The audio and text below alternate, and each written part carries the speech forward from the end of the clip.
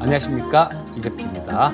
날씨가 참 이상하죠. 어제도 하루 종일 그냥 햇빛이 쨍쨍 쬐더니 저녁 답에 그렇게 폭우가 오더니 오늘도 제가 방송하러 방송국에 출발할 때 그때 비가 시작해서 딱 오니까 딱 그치네요. 자, 건강을 해치기 쉬운 날씨입니다. 시청자님들 건강관리 잘 하시고요. 오늘 계좌관리는 제가 도와드리도록 하겠습니다. 자, 일단 오늘 시장 움직임들 간략하게 조금 살펴보면, 자, 그런 부분들이 있었죠. 지난주에 수요일 날 좀 충격이다 싶을 정도로 2차 전지 섹터 쪽에서 매물이 쏟아지는 모습이었는데요. 이건 그동안 좀 상승한 부분들, 이런 부분들이 워낙 좀 단기간에 급등을 했기 때문에 나타나는 변동성이다, 이렇게 보시면 될 거고요. 또 쏠림 현상이 너무 극단적으로 나타났었습니다. 자, 오늘은 쏠림 현상이 좀 이렇게 해소가 되면서 대부분의 종목들이 상승하는 그런 시장인데요. 코스피 지수는 0.9% 정도 상승하는 모습이었고, 코스닥 시장은 2.4% 정도 상승 마감했습니다. 자, 업종별로 오늘 대부분의 섹터들 쪽이 다 좋았지만, 그동안 좀 이 쏠림 현상으로 인해서 실적 부분들이 좋았는데도 좀 이렇게 조정을 받았던 방산, 조선, 건설 기계, 그다음 성장성 있는 부분들, AI 쪽도 상당히 강했고요. 로봇 섹터도 굉장히 강했습니다. 자, 일단 AI 쪽 관련해 갖고는 네이버를 우리가 좀 살펴볼 필요가 있을 것 같은데요. 자, 지금 오늘 상당히 좀 급등하는 그런 모습이 나왔죠. 이 부분에 대해서도 전에 좀 말씀을 드렸던 적이 있는데요. 8월 달에 8월 27일 정도경 이쯤이라고 얘기를 합니다. 이때 네이버에서 하이퍼클로바 X라는 초거대 AI를 이렇게 선보일 예정입니다. 자, 그래서 그런 부분들 이렇게 좀 반영하면서 움직였는데, 이게 챗 GPT 때문에 좀 이 피해를 볼 것이다. 챗 GPT 때문에 피해를 볼 것이다라는 그런 부분들이 있었는데요. 이건 좀 기우죠. 이쪽에서 생성형 AI가 나오면서 네이버 쪽 광고라든가 이런 부분을 좀 뺏길 수도 있다라는 우려감이 있었는데, 요거는 기우였고요. 1분기 실적도 마찬가지로 상당히 좋았고요. 2분기 실적은 아마 8월 4일 날 발표를 할 겁니다. 8월 4일 날 발표 예정인데, 이게 또 분기별로 최대 실적이 나올 거예요. 자, 지금까지 쏠림 현상 때문에 이 네이버 같은 종목들도 상당히 소외를 받은 그런 부분들이 있으니까 요런 것들 하나하나 좀 잘 보고 좀 이렇게 실적이 좋은데 소외받은 종목들로 찾아가신다라면 굉장히 좋은 리스크를 좀 덜 안고도 굉장히 좋은 수익을 이렇게 좀 낼 수 있다라는 생각이고요. 그리고 또 관련해서 알체라라는 종목이 오늘 상한가를 갔습니다. 자, 요거는 네이버의 손자회사죠. 손자회사. 스노우라는 자회사가 있는데요. 이게 스노우가 제페토라는 메타버스 게임이죠. 요거를 하는데 거기 그 스노우의 자회사입니다. 요거도 마찬가지 AI 쪽이에요. 알고 저런 것들, 안면 인식 같은 것들, 주변 환경 인식, 요런 것들을 하는 기업이라서 AI 쪽 섹터에 있는데, 요거는 그렇게 지금 오늘 상한가를 치기도 했고요. 그 다음에 실적 부분들이 제가 원하는 만큼 나오지가 않기 때문에 요런 것들 매매하시려면 단기간에 좀 조정받을 때 그때 트레이딩 관점으로 접근하신다라면 이런 것도 트레이딩 대상은 될 수 있을 것 같습니다. 간략하게 오늘 좀 특징적인 부분 한번 살펴봤는데, 이따가 특징 업종들을 보는 시간에는 로봇 섹터에 대해서 말씀드리겠습니다. 자, 전반적으로 오늘 굉장히 좋은 시장이었는데 하나하나 좀 따져가면서 말씀드리도록 하겠습니다. 자, 오늘 시장 보시면 상승 종목이 하락 종목보다 월등히 많은 시장입니다. 자, 이런 시장이 좋은 시장이죠. 자, 근데 삼성전자나 SK하이닉스 같은 종목들, 이런 종목들은 좀 마이너스가 나서 그나마 지수 상승폭이 조금 줄었는데요. 요거는 그런 부분들이 있었습니다. 여기는 지금 안 나오는데 대만 증시가요. 대만 시장이 장 초반에 시작했을 때 한 플러스 0.9% 정도? 그 정도 플러스였어요. 근데 요 대만 차트를 잠깐 보면서 말씀드릴까요? 예, 대만 차트를 잠깐 보면서 말씀드리겠습니다. 그러면 이해가 훨씬 빠르실 것 같아서. 자, 보시면 여기 대만 차트가 나오는데요. 자, 분 차트를 한번 보면 자, 이런 모습이었어요. 자, 자, 여기서 플러스권 출발해서 좀 0.9%까지 올랐다가 그냥 수직으로 이렇게 내리꽂는 모습이 나왔죠. 이 과정에서 삼성전자하고 SK하이닉스 같은 종목들, 이런 종목들이 좀 하락하는 모습이었는데 그 외 섹터들 같은 경우는 굉장히 좋은 모습이었습니다. 자, 그리고 이 코스피 시장은 이 부분만 봐도 알 수가 있죠. 0.9% 정도 상승했고요. 코스피 지수가. 근데 코스피 200 지수는 0.46%가 상승했습니다. 이 얘기는 그런 거죠. 대형주, 지수 관련주 쪽은 조금 조정을 받았는데 뭐 개별 종목들로 굉장히 좋았다라는 걸 의미하고요. 코스닥은 약간 다른 모습입니다. 코스닥 종합지수가 2.4% 정도 상승했는데 코스닥 150 지수는 3.4% 급등하는 모습이었어요. 자, 요거는 시가총액 상위 종목들 지난주에 좀 변동성이 굉장히 컸었죠. 금요일 정도부터 반등이 나왔는데 2차 전지 섹터의 반등이 이런 결과를 빚어낸 거다라고 보시면 될 것 같습니다. 자, 그리고 전체적으로 프로그램 쪽에서는 한 1조 1,480억 정도 프로그램 순매도가 나왔고요. 자, 중국 시장도 마찬가지. 이것도 장중에 장 초반에는 되게 많이 올랐었어요. 근데 상승폭을 좀 줄인 그런 모습입니다. 원달러 환율은 2원 40전 정도 떨어지면서 좀 안정적인 모습을 보여줬는데요. 자, 뭐 오늘 우리나라 시장이 코스피 시장이 좀 덜 오른 거는 대만 증시 영향, 그리고 프로그램 매도 영향, 삼성전자나 SK하이닉스 같은 이 시가총액 관련주들 이런 쪽에서 약세를 보였기 때문에 그런 모습이다라고 이해를 하시면 되겠습니다. 자, 코스피 시장 움직임 한번 짚어보도록 하겠습니다. 자, 이 코스피 시장의 지수 움직임은 별 특별한 건 없죠. 뭐 상승 출발해서 그냥 이렇게 좀 옆으로 이렇게 왔다 갔다 하는 등락하는 모습이었는데 이 과정에서 삼성전자가 마이너스가 나오고 지수는 유지가 됐으니까 개별 종목들 같은 경우는 굉장히 좋은 모습을 보인 하루다라고 볼 수 있을 겁니다. 자, 그리고 일봉을 보게 되면 이 부분이 좀 부담인 시장이었어요. 뭐냐면 자, 여기서 이게 조금 위로 가야 되겠네요. 자, 보면 이때 거래대금이요. 이 거래대금이 36조입니다. 36조의 거래대금이 나왔는데 이 거래대금은 전에 우리 2001년도에 고점 찍고 장이 밀렸는데요. 그때 40조, 46조 정도 거래가 된 이후에 가장 많은 거래대금이 이날 터졌어요. 지난주 수요일 날. 자, 그렇기 때문에 이 부분을 조금 돌파를 못하고 좀 여기서 매물 소화하는 과정이 진행 중이다. 이렇게 보시면 될 것 같고요. 자, 지금 현재 이 코스피 시장의 경우에는 여기 보면 위로 올라오고 있는 22평선 있죠. 빨간 선 22평선하고 전고점 사이에서 좀 이렇게 왔다 갔다 하면서 좀 방향성을 모색하는 구간이다. 이렇게 보시면 될 것 같습니다. 자, 코스피 시장 수급 한번 짚어보면요. 자, 외국인들 한 2,900억 정도 순 매도가 나왔죠. 근데 뭐 기관들도 915억 정도 매도가 나왔는데 이것도 매도도 장 마감 무렵에 장 후반 무렵에 매도 규모가 좀 더 컸습니다. 오후장 동시호가 때 보니까 뭐 한 1,000억 정도 매도 물량이 나온 것 같아요. 하지만 뭐 그렇게 크게 뭐 신경 쓰이는 그 정도 수준은 아닌 뭐 그 정도다라고 보시면 될 것 같고요. 자, 지금 코스닥 시장을 한번 살펴보면 코스닥 시장은 코스피 시장보다 훨씬 강한 모습을 보여줬습니다.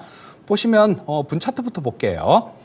자, 요거는 코스피 시장의 경우에는 이런 모습이었죠. 뭐 상승 출발해서 뭐 이런 모습이 나왔는데요. 지수 자체는 이런 모습이 나왔는데 코스닥 시장의 경우는 상승 출발해서 조금 기다가 한 단계 올라가고 또 옆으로 기다가 또 한 단계 올라가고 이때 한번 출렁했어요.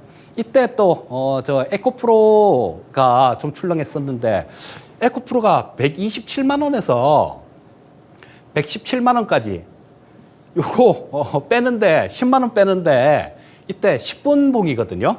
단 10분밖에 안 걸렸습니다. 그러니까 변동성이 아직까지 이 2차 전지 섹터 쪽에 변동성이 살아있다라는 얘기니까 이 부분에 대해서는 조금 좀 이 변동성에 대해서는 약간 주의를 해서 매매를 하시는 게 좋을 것 같고요. 2차 전지 뭐 전기차 쪽 그런 쪽에 대해서 좀 되게 관련이 있는데 저평가되고 싸고 그다음에 지금 주가 실적에 비해서 되게 싸고 아직까지 반영 안 된 종목을 찾으려면 그 부분은 제가 이따가 저녁에 야인시대 때 준비했으니까요. 그때 한번 봐주시면 되겠습니다. 자, 지금 일봉 코스닥 일봉을 보게 되면 자, 순간 변동성이 굉장히 확대되면서 좀 이런 모습이 나왔는데요. 자, 일봉이 나왔네요. 자, 근데 뭐 굉장히 좀 좋은 그런 모습이었어요. 하지만 이 코스닥 시장도 마찬가지입니다. 이날 거래량이 거래 대금이 이게 좀 커요. 이게 26조 정도 되는데 코스닥 시장 같은 경우는 역시 마찬가지로 코스피 시장하고 마찬가지로 굉장히 좀 많은 그런 부분들이 있기 때문에 일단은 변동성 부분은 약간은 해소가 된 모습인데요. 자, 이 부분을 그냥 그대로 믿지 마시고 계속 좀 드리는 얘기 있죠. 실적이 좋아졌는데 성장주 섹터에 속하는 종목들 요런 쪽을 찾으려는 그런 종목 발굴을 위한 노력이 좀 필요하다라고 볼 수 있을 것 같고요.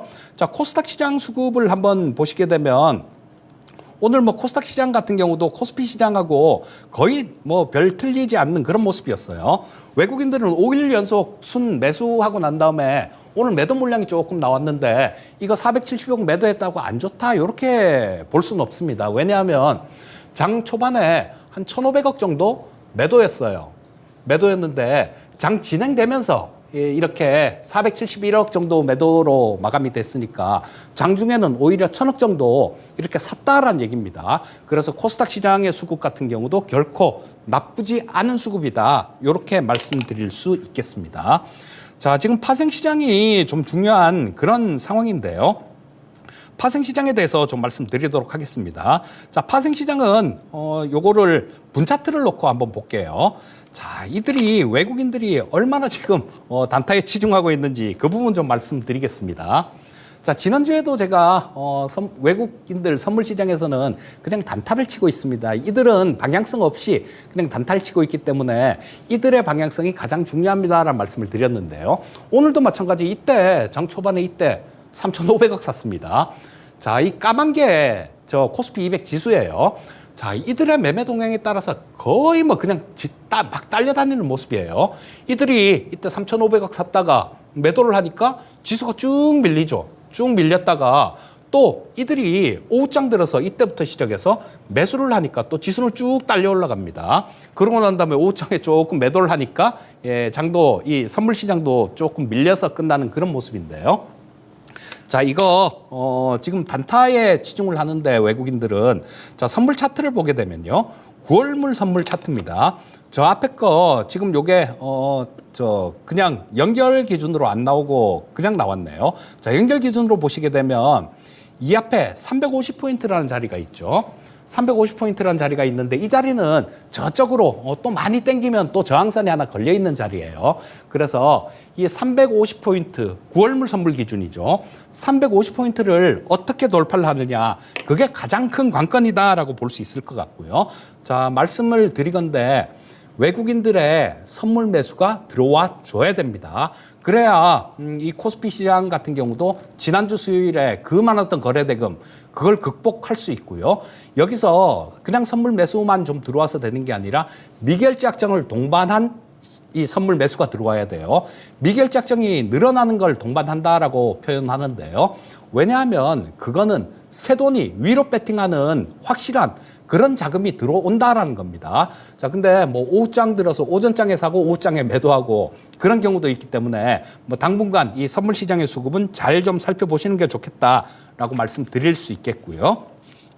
자, 그러면 지금 옵션 시장이 다음 주가 목요일이 선물 옵션 동시 만기, 옵션 만기가 되겠죠. 자, 근데 지금 지난주부터 약간 좀 신경 쓰이는 부분이 있어요. 자, 지금 옵션 시장에서 풋옵션 쪽은 볼 거 없습니다. 뭐 저거 누적 동향 해봤자 몇십억씩밖에 안 되기 때문에 풋 쪽은 볼 게 없고요. 이쪽 콜옵션 쪽을 좀 보셔야 되는데 오늘도 외국인들은 콜옵션을 17억 정도를 매도를 쳤어요. 자, 지금 이렇게 매도를 쳤으면 지금 외국인들 누적 매도가 한 260억 가까이 그 정도 될 것 같습니다. 다음 주 목요일이 만기이기 때문에 이제는 이 부분에 좀 신경을 써줘야 돼요. 자, 시장은 그렇게 보시면 됩니다.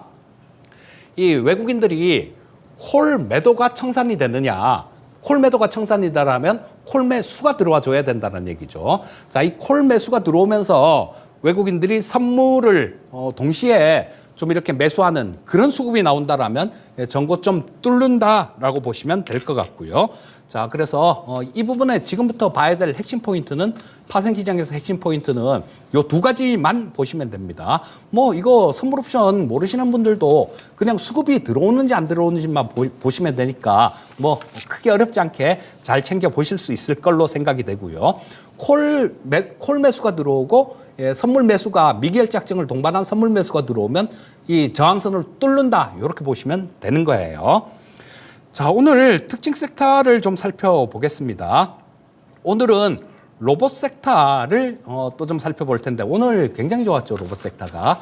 자, 이 로봇 섹터 같은 경우는 2주 전에 그러니까 지지난주였죠. 이 명인들의 복귀 시간에서 로봇 섹터 쪽에 크게 터질 겁니다. 이런 말씀을 드리고 그중에 탑픽 1번은 레인보우 로보틱스입니다. 라는 말씀을 드렸어요. 자, 근데 뭐 레인보우 로보틱스가 오늘 14% 정도 좀 시원하게 상승해 주는 모습이었는데 요거는 지난주 야인시대 때도 또 추천을 해드렸던 그런 종목이기도 합니다.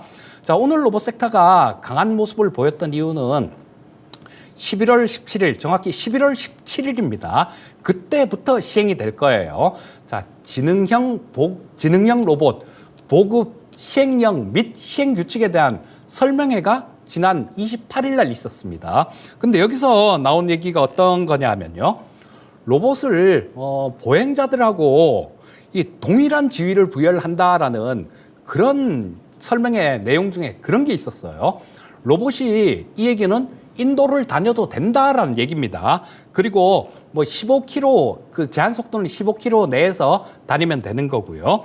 그리고 기준을 한 16개 정도를 이렇게 마련해서 발표를 했는데요.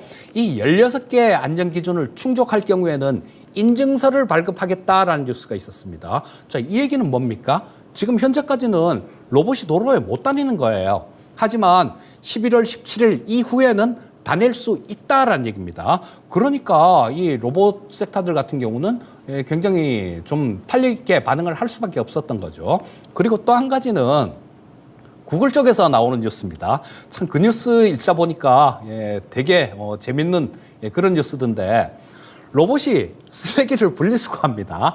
요거를 AI 기반으로 가르친 거예요. 그리고 저 로봇한테 명령하기를 야, 저 장난감 차를 영국 국기위에다 갖다 놔. 그러니까 그냥 갖다 놓고요.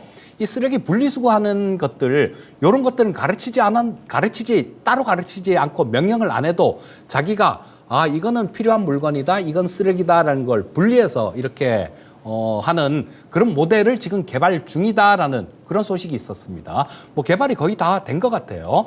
자, 여러분들 이런 거 느끼셔야 됩니다. 우리 생활로 직접 이렇게 침투를 계속하고 있다라는 거예요. 자, 로봇 섹터는 지금 이제 갓 개화한 섹터입니다. 갓 나온 섹터예요. 지금 저 2차 전지 섹터들도 좋겠지만 저는 2차 전지 섹터에는 사실 솔직한 얘기로 별로 관심이 없습니다. 일부 몇몇 종목들 관심이 있어요. 뭐 이게 되게 좋은 종목이고 직접 관련이 되는데 주가가 못 오르고 실적이 되게 좋은 종목들, 그런 종목들 몇몇 종목에는 관심이 있지만 나머지 뭐 그동안 많이 올랐던 종목들 이런 쪽에는 관심이 없습니다. 자, 우리 한번 에코프로 같은 종목들 2015년도의 주가 한번 보십시오. 그때 위치에 있는 앞으로 성장 섹터들, 성장해서 이렇게 성장할 수 있는 종목들, 이런 것들을 찾는 게 가장 현명한 투자자 아니겠습니까? 로봇 산업은 갓 개화한 성장 섹터입니다. 이쪽에서 향후에도 굉장히 큰 그런 수익률이 나올 겁니다. 자, 레인보우 로보틱스에 대해서 좀 설명을 드리면 뭐 설명드릴 게 되게 많아요. 되게 많지만 시간 관계상 좀 짧게 말씀드리면 전부 다 핵심 키워드는 내재화입니다. 내재화. 자, 우리 저 두산 로보틱스가 올해 아마 상장이 될 거예요. 하지만 저는 이 두산 로보틱스보다 레인보우 로보틱스를 훨씬 좋게 보는데 그 이유는 뭐 요거도 지금 현재는 감속기 같은 거 요런 건 샀습니다. 감속기 같은 거는 저 SPG에서도 좀 샀쓰고 그다음에 중국 쪽에서 업체한테도 좀 샀쓰는데요. 그거 다 개발 다 완료했습니다. 하모닉 감속기를 개발을 완료했다라는 거예요. 그 개발 완료했다라는 그거 하나만 갖고도 부품주들 보면 뭐 SBB 테크놀로지 같은 것들 상장되고 난 다음에 엄청나게 날아갔었지 않습니까? 이 레인보우 로보틱스도 다 개발을 해놨어요. 그리고 지금 뭐 공장들을 이렇게 설비 투자를 하고 있는 중입니다. 자, 그리고 두산 로보틱스 같은 경우는 부품들을 좀 많이 사뒀어요. 근데 소프트웨어까지 다 만들었습니다. 다 만들기 때문에 상황에 따라서 굉장히 빠른 대처가 가능하다라는 거예요. 거기다가 지금 또 저 지난주에 나온 뉴스가 하나 있었는데 삼성 폴더블 폰 저 언팩 행사가 있었죠. 여기서 이 레인보우 로보틱스의 로봇 8이요. 요게 협동 로봇입니다. 로봇 8이 같이 전시가 됐어요. 그 저 폴더블 폰 패키징 하는 공정에 뭐 로봇 8 제가 그림을 잘 못 그리는데 뭐 이렇게 갖고 이렇게 갖고 뭐 막 하는 거 이런 거 보셨죠? 치킨 튀기는 로봇하고 비슷하게 생긴 거.